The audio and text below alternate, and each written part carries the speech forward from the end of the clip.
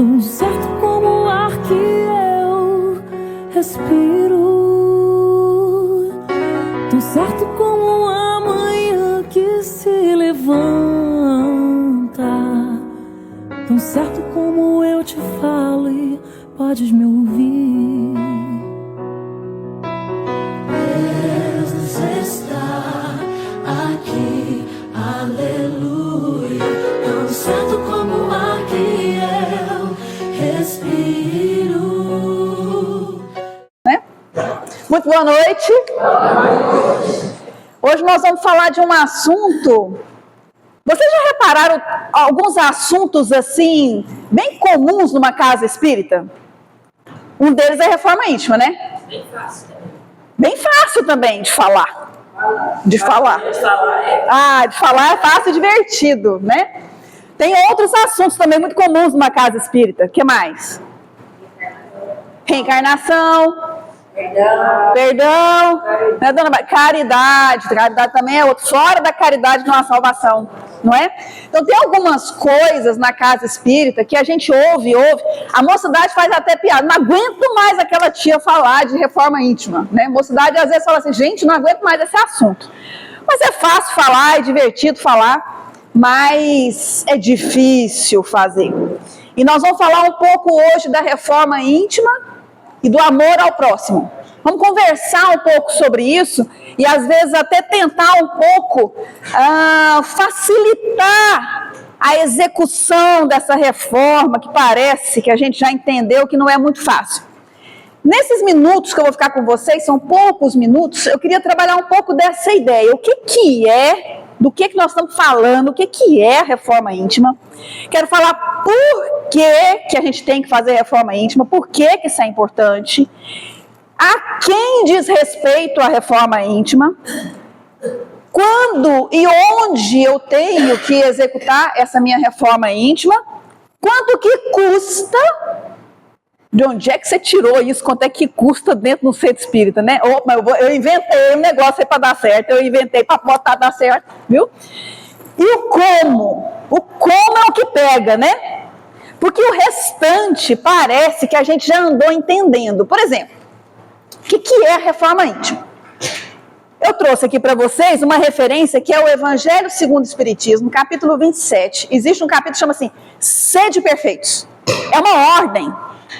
Sejam perfeitos, seja perfeito se estiver ouvindo, né? Se for você ouvindo. E aí nesse capítulo ele fala de algumas coisas bem legais. Ele fala, por exemplo, o que é o homem de bem? Ele fala, olha, o homem de bem é aquele que executa a lei de justiça, amor e caridade em toda a sua pureza. É aquele que entende que isso é importante e que vai fazer isso da melhor forma que puder. O dever, o que é o dever? O dever é a obrigação moral. É aquela bravura da alma, é aquilo que você tem dentro de você e que te leva a te desenvolver. É como se fosse assim, o conjunto de todas as virtudes. E as virtudes é tudo aquilo que é bom, aquilo que faz o bem. Então, ser caridoso, ser modesto, ser bondoso, ser gentil, é um conjunto de virtudes. Esse capítulo, ele deveria ser a nossa, tipo assim, o nosso POP, procedimento operacional padrão do espírita. Né? Se a gente tivesse aquilo lá e ficasse lendo, eu quero seguir esse negócio, eu quero ser perfeito. Porque é a nossa meta. A nossa meta é chegar à perfeição. A gente tem que entender um pouco disso, né?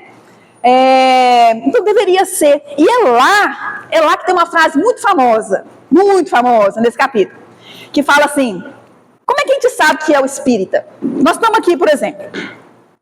Quem aqui consegue dizer assim, eu sou espírita? Temos poucos espíritas.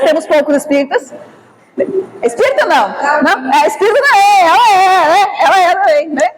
Então, sabe por quê? Aí a dona Badia falou, eu tento ser espírita.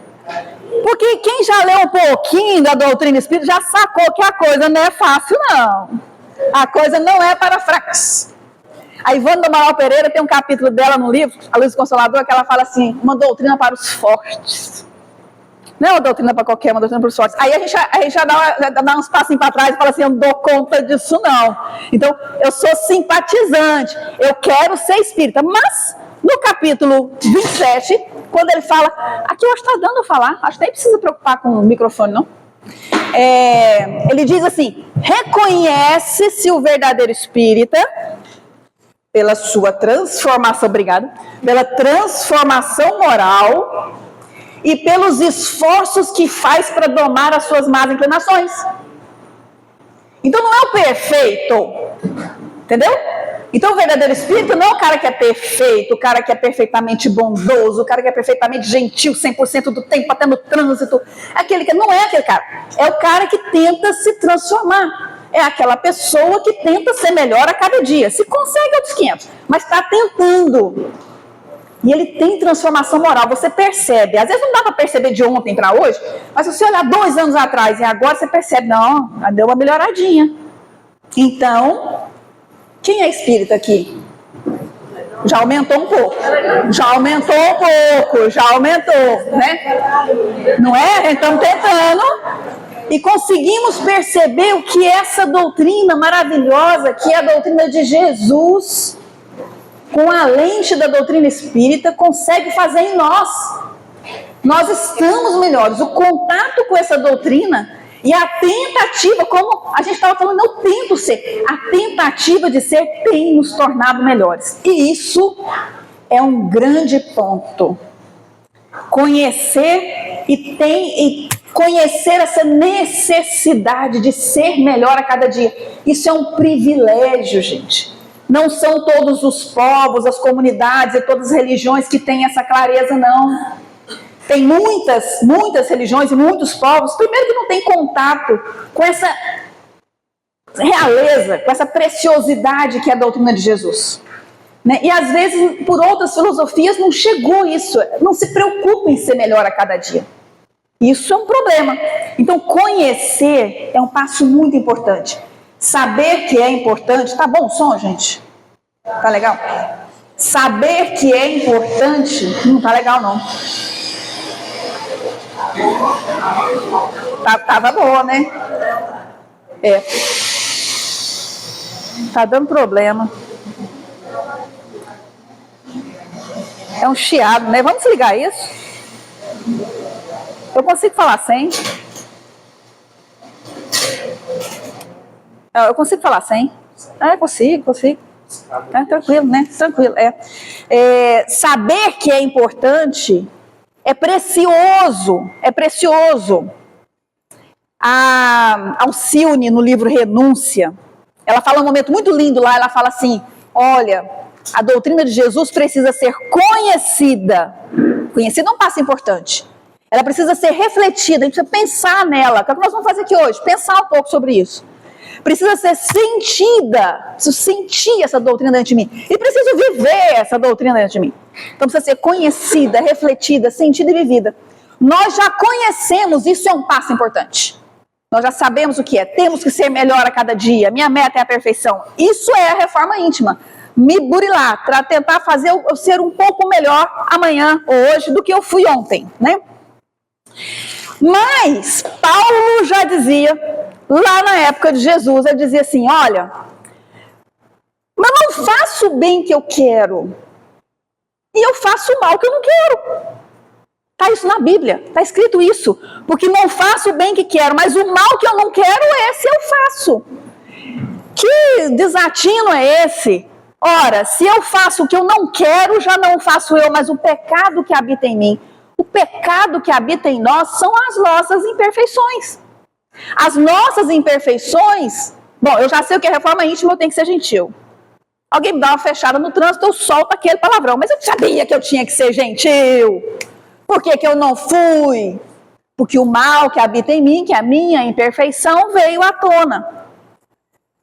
E é esse o nosso trabalho. Perceber o que é e melhorar amanhã, na próxima vez. Agora, amanhã, Deus do céu, me dá uma fechada amanhã, porque amanhã eu não vou soltar aquele palavrão de novo. Né? Aí você vai no teste, tá vendo? Boca fechada, ó, tô melhorando. Amanhã me dá uma outra fechada, que vai ver. Vai com Deus, meu irmão. Né?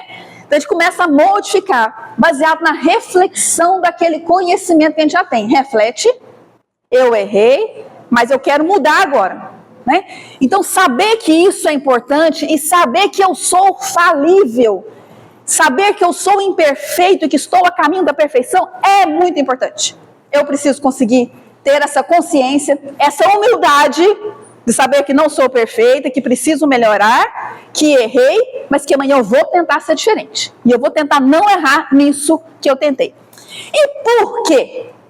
Por que isso é importante? Bom, lá no livro dos Espíritos tem uma parte 3, tem a parte 1, 2 e 3. A parte e 4. A parte 3 são as leis morais. E os Espíritos apresentam para a gente várias leis morais, e o Kardec organizou isso em 10 leis morais, perguntou para os Espíritos, tá legal isso daí? Eles falaram, tá legal, por hora tá legal. Então nós temos 10 leis morais. Uma das leis é a lei de progresso. Os Espíritos dizem para a gente que nós temos que progredir. É uma lei. Não adianta, eu não quero progredir, eu sou ruim, pau que nasce torto, morre torto, vou morrer torto. Não tem jeito. A natureza vai te levar, a vida vai te levar, porque é lei, é uma lei. E nós vamos voar com 2 asas. A lei do progresso é para a intelectualidade e é também para a moral. E normalmente a gente evolui primeiro intelectualmente. E a asa do intelectual arrasta na moral. A moral vem depois. A inteligência vem primeiro, depois vem a moral. Mas a gente só vai alçar grandes voos se a gente equilibrar essas asas. A gente precisa equilibrar essas asas para que a gente possa crescer. E é uma lei, a gente vai crescer, não tem conversa. E o que acontece quando você desrespeita uma lei? Vamos para nossas leis aqui na Terra. Desrespeitei uma lei de trânsito, multa, né? Então, eu saí de casa sem o cinto de segurança. Tem 2 formas de eu aprender que isso é errado. 3 formas de aprender que é errado. Alguém fala para mim, olha, não sai de cinto de segurança. Bota o cinto de segurança. Aí você vai pelo amor, coloca o cinto de segurança. E tem 2 formas ruins de você aprender pela dor. O guarda te para e você é multado, que é de boa. Ou você bate e morre porque estava sem o cinto de segurança. Então, para cada rompimento da lei, para cada vez que a gente infringe uma lei, tem uma punição que nos causa dor e sofrimento. Eu dei o exemplo do trânsito, né? Mas se acontece uma pendenga entre 2 pessoas e você não perdoa o que aconteceu, isso te causa sofrimento. O sofrimento é a multa ou é o acidente, né? O sofrimento é esse. Isso dói, isso é ruim. Aí quando você perdoa, nossa, que alívio! Nossa, que peso que saiu de dentro de mim! Nossa, que maravilha! Isso te impulsiona a lei do progresso. Porque quando você sai da linha, vem a dor e vem o sofrimento. Aí você fala, não quero sofrer mais não, porque sofrer é ruim, gente. Sofrer é ruim, ninguém gosta de sofrer. Aí você pega, muda a conduta, nossa, essa conduta aqui deu certo, vou perdoar todo mundo agora. Que agora deu certo. Esse negócio de ficar ofendido é paia. Né? Só dá trabalho demais ficar ofendido, tem que falar mal, tem que arquitetar vingança, isso tem que dar um trabalho danado. Né? Vamos deixar para outras coisas são mais fáceis, larga de mão. Né? Vamos assistir uma série, muito melhor. Né? Então a gente vai resolver. Está lá no Céu e Inferno, tem um capítulo que chama Código Penal da Vida Futura. O Código Penal, parece um Código Penal do direito, quem é do direito aqui? É um Código Penal. E ele diz assim, ó, sabe o que você sofre? Porque você tem uma imperfeição. Na hora que você resolver a imperfeição, você vai ter um gozo. Para cada perfeição, uma alegria. Para cada imperfeição, um sofrimento. Simples. Quem não sofre? Espírito perfeito não tem sofrimento, porque não tem imperfeição, né? Então, isso está lá. Aí tem no livro do Haroldo Dutra, o livro que chama Despertar, ele faz um texto, eu fiz essa tabela. Ele faz um texto e ele fala lá, olha, se você tiver uma imperfeição tal, você tem um sofrimento tal. É tipo assim, você tem lá fanatismo. Você é uma pessoa fanática. Aí qual que é o seu sofrimento? A intolerância. Você sofre de intolerância. Você tem inveja das pessoas. Aí qual que é o seu sofrimento? O despeito. Larga de ser invejoso, você não tem mais despeito. Você não sofre mais, né? Larga de ser preguiçoso, que você não vai ter rebeldia. Larga de ser indisciplinado, que a sua casa vai deixar de ser uma desordem, né? E vai sofrer com isso. Deixa de ser a indiferença, é o tédio.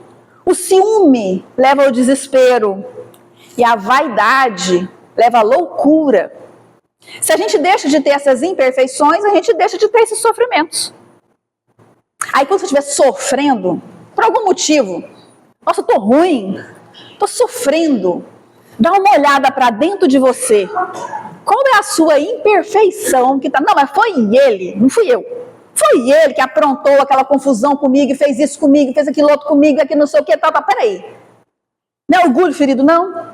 Não é inveja? Não é egoísmo? O que está acontecendo? Olha para dentro de você, de repente é uma imperfeição. Trata essa imperfeição, o sofrimento vai embora, né? Então, por que a gente tem que fazer a nossa reforma íntima? Porque a gente precisa evoluir. Nossa, mas meu irmão podia tanto ouvir isso. A minha sogra podia estar aqui.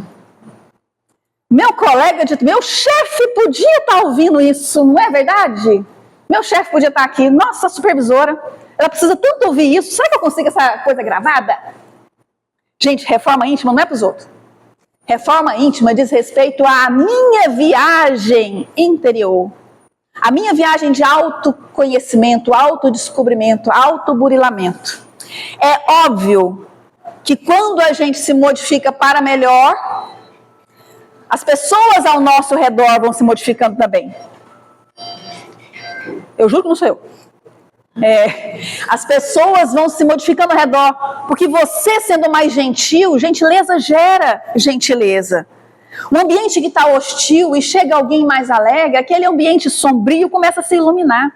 É óbvio que isso acontece. Mas o interesse da reforma íntima é a sua viagem, é a minha viagem. Quando a gente toma contato com esse conhecimento que é espiritual, esse conhecimento profundo e espiritual, é uma viagem nossa. É a nós que isso diz respeito. Então, quando a gente ouve todas essas coisas, é a mim que o Chico Xavier falava isso aí, olha, aos outros dou o direito de ser como são, e a mim o dever de ser melhor a cada dia. E o Gandhi falava, seja você a mudança que você quer ver no mundo. Eu queria tanto ver no mundo menos violento. E lasca a lenha na rede social. Né? Fala mal dos outros, briga com os outros. Peraí, você não quer paz? Então tem que falar de paz. Então tem que trabalhar pela paz. Né? A gente tem que ser essa mudança que a gente quer ver no mundo. Bom, tem uma outra frase que eu acho muito importante, lá no livro Libertação, que ele fala tipo assim, gente, convicção não se impõe. Não adianta você chegar para alguém na sua família e falar assim, gente, vocês têm que acreditar em reencarnação, vocês têm que entender que tem comunicação com o mundo espiritual, porque as pessoas não morrem, as pessoas passam para uma outra dimensão, a gente consegue ver, isso é maravilhoso, e aí você faz a sua mudança interior e você quer botar essa convicção na cabeça de alguém. Não adianta. Você pode apresentar, oferecer, mas a convicção é a pessoa que forma. A gente tem essa liberdade de pensamento. As pessoas podem ser, assim, a gente pode estar vivendo uma família autoritária, por exemplo, né? Mas a liberdade de pensamento, ela está ali, sempre. A pessoa tem a sua liberdade de pensar. E a nossa convicção, ela é gerada por nós mesmos. Não tem como a gente enfiar na cabeça de ninguém. Por isso que eu estou dizendo que a reforma íntima é um movimento nosso. É a gente que tem que fazer.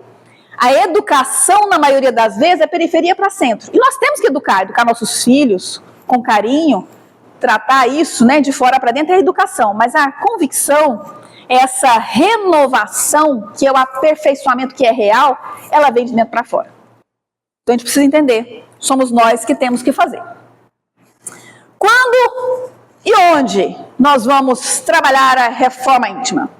Agora. Não, mas sabe o que é? Porque eu não vou... Hã? Mês que vem. Não ia falar isso não, sabe, Sandra? Eu ia falar assim, é muito difícil perdoar, sabe? Perdoar é para Jesus. Né? Você não ouviu isso? Perdoar é para Jesus, não dá para perdoar isso não. Se a pessoa fez comigo, não dá para perdoar. Eu queria ter reencarnação, vou deixar para a próxima. Né? Para a próxima reencarnação resolve isso. Tem muito tempo, meu espírito é imortal. Quer dizer, faz um sofisma, que é o mau uso da lógica. Né? A gente agora entende que tem reencarnação e a gente adia a nossa reforma íntima. Peraí, Não é esse o objetivo. O objetivo do conhecimento espiritual é que a gente consiga fazer um boom na nossa transformação, que a gente consiga dar um salto na nossa transformação. Porque nós temos um conhecimento que é precioso. A gente precisa fazer, então é agora. Não é na hora que eu chegar em casa, é agora. As pendengas que eu tenho que resolver agora, é hoje. Ah, tudo bem, eu não consigo, mas tenta. Começa hoje. A gente sabe que não é assim como a gente gostaria, é um processo, mas a gente tem que investir nele. E a gente investe em que momento e onde? Na relação com o outro e na relação com o planeta.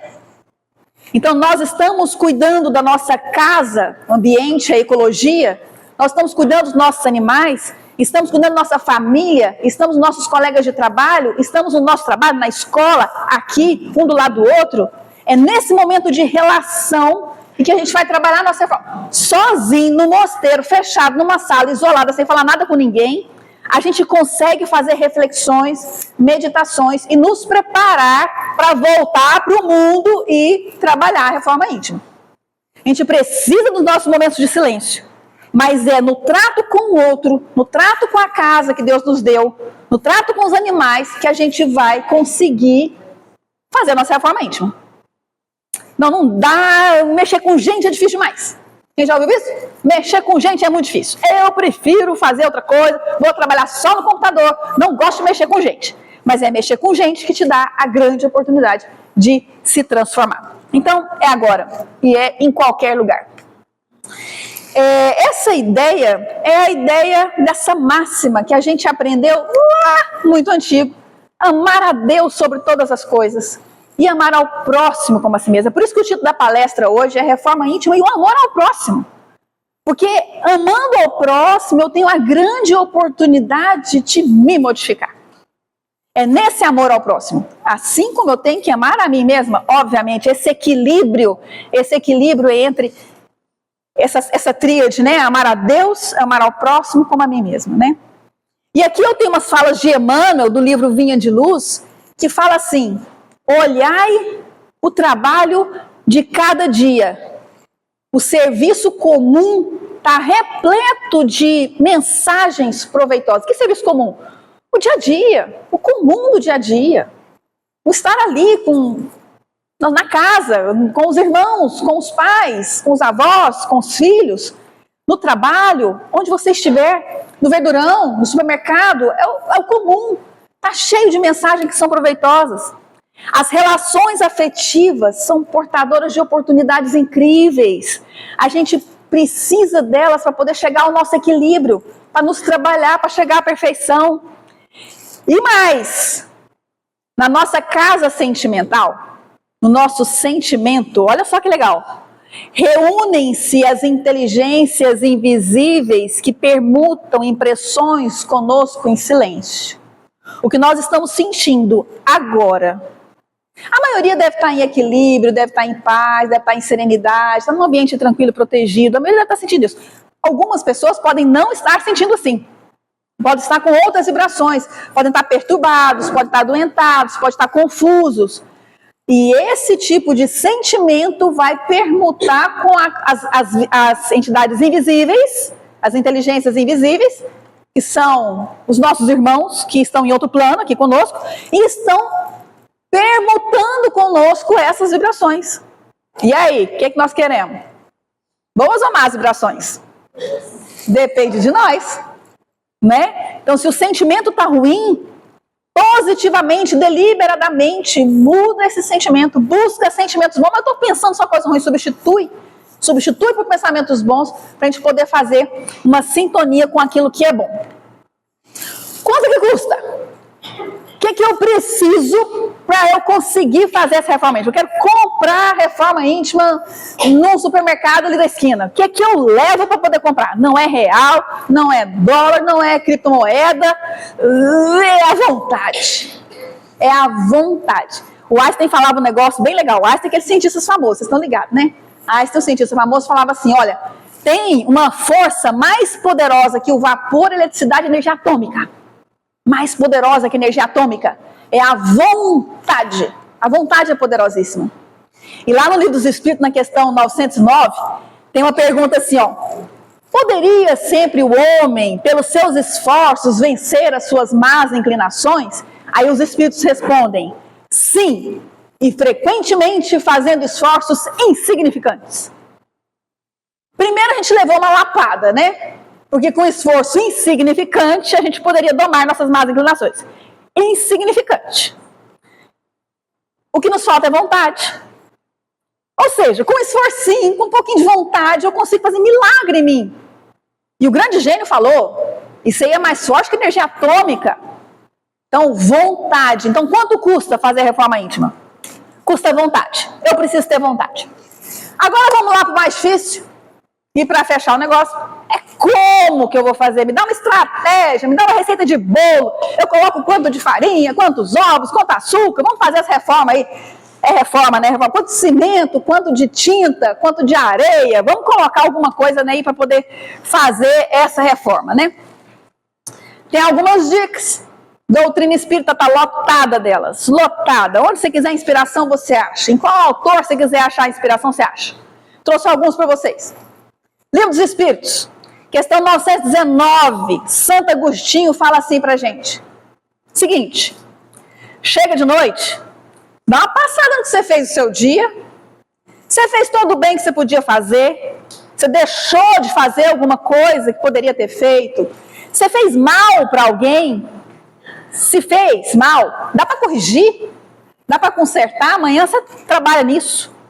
Ele diz isso para a gente. Todos os dias, passa o seu dia em revisão antes de dormir. Pensa no que você fez de bom, no que deixou de fazer e no que você fez de errado. E amanhã você tenta fazer melhor. Todo dia faça essa reflexão, essa meditação, essa forma de oração. Tem essa frasezinha aí que eu acho bem legal, porque dá uma ideia pra gente de um pouco de resumo das coisas. Vamos supor que a gente esteja aqui no GECAL, tomando, a gente faz algumas coisinhas aqui, né? De vez em quando tem lanche e tal, e tem bebida, né? Aí você tá bebendo um café, alguém pega assim, a Sandra passa perto de mim assim, me esbarra, eu derrubo café. Resposta óbvia, por que eu derrubei café? Porque a Sandra bateu em mim, certo? É uma possibilidade, ela encostou em mim e eu derrubei café. Mas tem algo a mais. Eu derrubei café porque era café que estava na xícara. Se fosse chá, eu teria derrubado o chá. Concorda? Ela esbarrou em mim. Eu vou derrubar o que eu tenho comigo. Então, se ela esbarra em mim e eu sou uma pessoa agressiva, quem aqui não é agressivo? Todos nós somos. Presta atenção, Sandra. Tô aqui, né? Tá me vendo, não? Né? Se você, ao invés de café, tem chá, ela esbarra em mim, você derruba, ela fala, nossa, desculpa. Eu falei, não é nada não, tranquilo. De boa. Eu que estava na sua frente, desculpa a mim. Era outra coisa que estava ali dentro. Aí alguém faz uma besteira e fala assim, gente, você me desculpa, eu agi no impulso. O impulso parece a culpa do obsessor, sabe? Você bota a culpa no terceiro, foi um impulso, parece uma pessoa lá, aquela pessoa lhe chama impulso, foi um impulso. Gente, era o café que estava dentro de você e você jogou fora, era aquilo que tinha. Para e pensa, você agiu no impulso e agiu mal, é você que está extravasando. Para e pensa, reflete, o que você precisa modificar para que o próximo impulso seja chá, não seja café. Você está entendendo a ideia do chá e café? Não tenho nada contra café não, na verdade eu adoro café. Mas entenderam a ideia, né? Então assim, na hora da próxima vez que esbarrar, eu não quero derrubar isso, eu não quero ser agressiva. Mas todos nós somos agressivos, sabe por quê? Na última encarnação, possivelmente há uns 100 anos atrás, 150 anos atrás, que mundo que a gente vivia? Era um mundo que escravizava os humanos aqui na nossa terra, no nosso Brasil. A gente fazia isso com a gente mesmo. A gente era muito ruim. A gente não é, mas a gente era pior, né? Então a gente traz essa agressividade e nós estamos domando essa fera que tem dentro de nós.